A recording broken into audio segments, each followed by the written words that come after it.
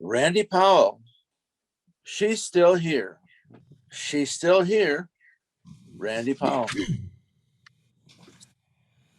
When you think of your mom, what thoughts and feelings run through your head?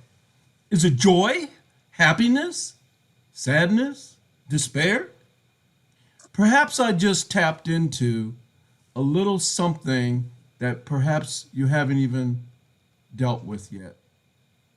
I'm sensitive to that, but don't you worry. There's nothing but love here tonight. My mom, Mrs. Alva Eloise Brown, I call it her born on date, but in her records it said sunrise, July 11th, 1925. Sunset, April 20th, 2015. Now, I might sound like I'm excited talking about my mom, and I am. I'm proud of her, and she's still here to this day. You see, I carry her with me every place I go, right here. People often ask me, where do you get all that energy? And I never thought about it until Tom said, we're having Speakers Bureau and a tribute to our moms. And as I reflected back, that question popped up and I realized my mom. My mom traveled all the time. Now, I'm not going to sit here and tell you that there were only great times in our lives, but I will tell you she overcame. She overcame an awful lot. Oftentimes I'm asked, well, how is it you never quit, Randy? My mom never quit. She never, ever quit. Well, what drives you? My mom. Now, I wouldn't have answered those questions that way, and I've been asked those questions many times as a speaker, as a coach, just as a playmate, as a husband. My wife asks me all the time, didn't you get any sleep last night? How can you go all day? You see, my mom raised three sons in the 60s. I was born in 1954.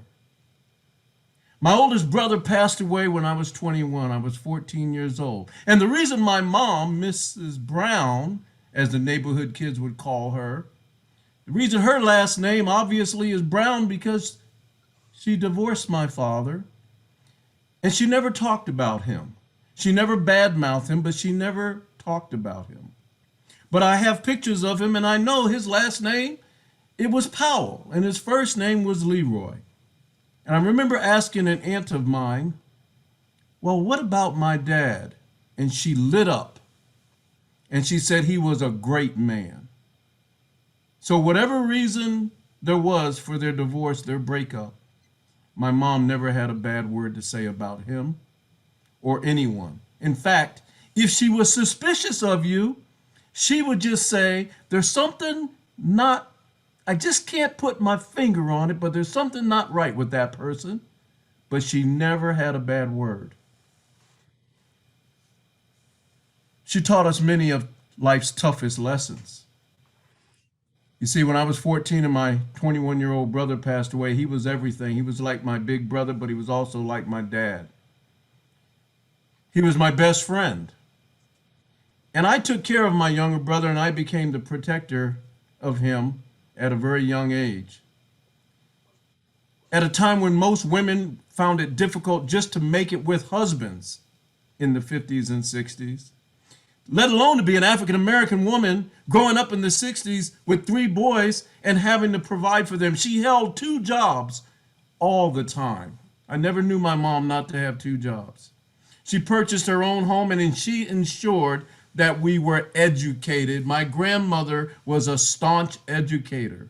In fact, she had a lifelong teaching credential and degree for the state of Mississippi at a time when it was remarkable and unusual, in fact, unprecedented. You see, my grandmother was very fair skinned too because of our Indian background, our Creole background, our Puerto Rican background, mixed with the wonderful continent of Africa. And she taught my mom to never quit. Now, I didn't understand some of the things that were going on when I was young, Oh, but I remember my mom always looked out for young men. And I remember this young man, his name was Gaylord. He happened to be a cousin of mine, but I didn't know it at the time. And my mom took him in off the streets, and he became a professional boxer. And my mom was respected in the neighborhood by all the young men.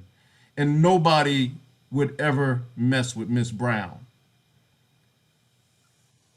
But I will tell you that there were some things that I carry in my heart today because she's never left me. And I'm going to share those lessons with you very quickly. And I want you to get these lessons because maybe your parents didn't teach you these lessons. She said, you come this way once. Don't waste the time you're given. Make it count. She said, you can make a difference. Character can never be stolen from you, and others will testify to that fact. She said, protect those who cannot protect themselves, especially the elderly and children, and respect your elders, Randy. She said, work hard, but play hard when you can. Pray often, like Granny taught you. Treat people well no matter how they treat you, because it will count in the end, no matter how much pain and suffering there is. She said, don't shy away from showering your love no matter what. She said, do your best, son, always, not sometimes, always. And she said, finally, look out for other young men. And she was specifically talking about young African American men because of the hard times we were going through in the 60s and 70s. And she said, guide them when you can. See that they have an opportunity and a chance to do better. Back to you, Mr. Toastmaster.